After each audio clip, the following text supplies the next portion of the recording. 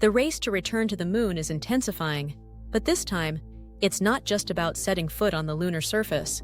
China and Russia, two of the most ambitious spacefaring nations, are exploring plans for long-term lunar bases. And the possibility of using nuclear power as a source of energy on the moon is part of the conversation. In this video, we'll dive into the ambitious plans of China and Russia, and whether building a nuclear plant on the moon is even possible. Could this idea reshape humanity's future on the moon? China and Russia's lunar ambitions. China and Russia have a history of collaboration in space exploration, but their most ambitious joint project is the development of the International Lunar Research Station, ILRS.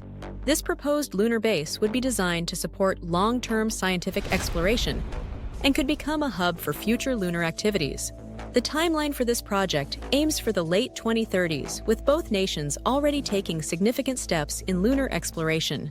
For example, China's Chang'e missions have successfully landed rovers on the moon, and Russia, with its legacy in space, is looking to revive its lunar program.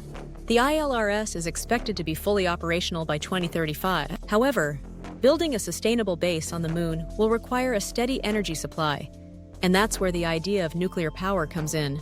Why nuclear power? One of the biggest challenges in lunar exploration is providing a constant and reliable source of energy. The lunar night lasts for about 14 Earth days, during which solar energy is unavailable. Other power options, like batteries and fuel cells, might not last long enough to support a base continuously. Nuclear energy offers a solution. It can provide a steady, long-term power supply, allowing a lunar base to function throughout both the day and night. Small modular reactors, SMRs, or radioisotope thermoelectric generators, RTGs, already used in space missions, could be adapted for use on the moon. Both Russia and China have experience with nuclear technology and have discussed the possibility of using it in space. Russia, in particular, has a history of developing nuclear reactors for space missions, including the Topaz reactors used in the 1980s.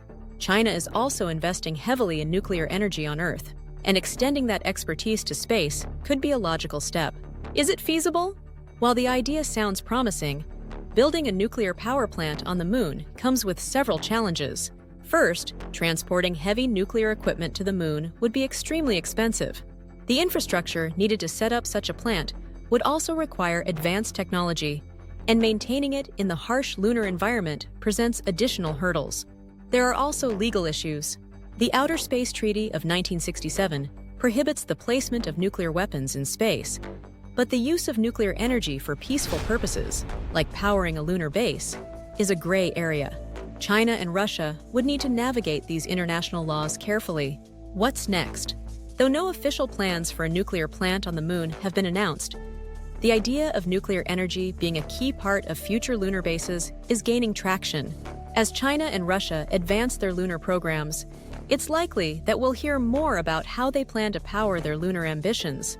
For now, the prospect of a nuclear power plant on the moon remains speculative, but with advancements in space exploration and energy technologies, this science fiction scenario may become a reality sooner than we think. Don't forget to like, subscribe, and hit the notification bell for more updates on the future of space exploration.